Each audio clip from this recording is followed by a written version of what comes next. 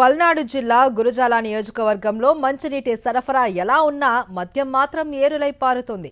ఏ ఊరు చూసినా బెల్ట్ షాపులే దర్శనమిస్తున్నాయి. ఆఖరికి చిల్లర దుకాణాల ముందు మందు సీసాలను వేలాడదీసి మరీ అమ్మేస్తున్నారు. ఎలాగైతేనేం కూటమి ప్రభుత్వం అనుకున్నది సాధించింది.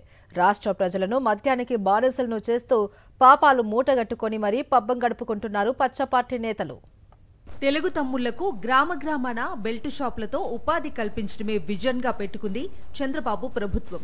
బెల్ట్ షాప్ పెడితే బెల్ట్ తీస్తానంటూ ప్రగల్భాలు పలికిన చంద్రబాబు ఇప్పుడు ఆ బెల్ట్ షాపులతోనే పచ్చ నేతల జేబులు నింపుతున్నారు. గ్రామానికి 3-4 చొప్పున బెల్ట్ షాపుల ఏర్పాటుకు అనధికార టెండర్లు నిర్వహించి మరీ మద్యాన్ని ఏరులై పారిస్తున్నారు.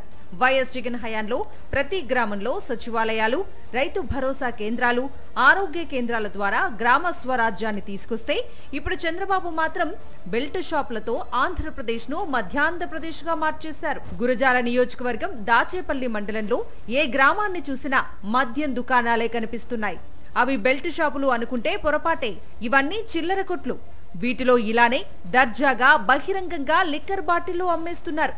దుకాణాల ముందు లిక్కర్ బాటిళ్లను అలంకరణగా వేలాడదీసి మరీ విక్రయిస్తున్నారు. అంటే కూటమి ప్రభుత్వం ఎంతకు దిగజారిందో అర్థం చేసుకోవచ్చు.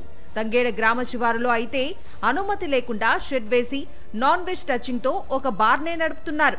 ఇక ముత్యాలంపాడు విలేజ్ లో ఇంకా దారుణం. ఓ మహిళ గ్రీన్ మ్యాట్ కట్టి మరీ మద్యాన్ని విక్రయించడం చూస్తే చంద్రబాబు ప్రభుత్వంలో లిక్కర్ దందా ఏంటో ఇట్టే అర్థమవుతుంది. ఇటు మాచవరం, పిడుగురాళ్ల మండలాల్లోనూ ఇదే పరిస్థితి. తెల్లవారుజామున 5 గంటల నుంచే మద్యం అమ్మకాలు సాగించేస్తున్నారు. గుత్తికొండ, జానపాడు, తుమ్మల చెరువు, బ్రాహ్మణపల్లి, జూలకల్లు ఇలా ఏ గ్రామంలో ఏ మూలను చూసినా ఇదే దుస్థితి. ఇంత జరుగుతున్నా ఎక్సైజ్ శాఖకు మాత్రం కనిపించదు. అసలు రాష్ట్రంలో ఎక్సైజ్ శాఖ ఉందా లేదా అనే అనుమానాలు కూడా కలుగుతున్నాయి. సూపర్ 6 సంపద సృష్టి అంటూ అధికారంలోకి వచ్చిన కూటమి ప్రభుత్వం కూలీ నాలీ చేసుకునే నిరుపేద కుటుంబాలను మద్యానికి బానిసలుగా మార్చి రోడ్లపై పిచ్చోళ్లలా ప్రవర్తించేలా చేస్తోందని ప్రజా సంఘాలు మండిపడుతున్నాయి. పేదోడి రక్తాన్ని జలగల్లా పీల్చుతూ పచ్చనేతల ఖజానా నింపటమేనా సంపద సృష్టి అని ప్రశ్నిస్తున్నాయి ప్రజా సంఘాలు.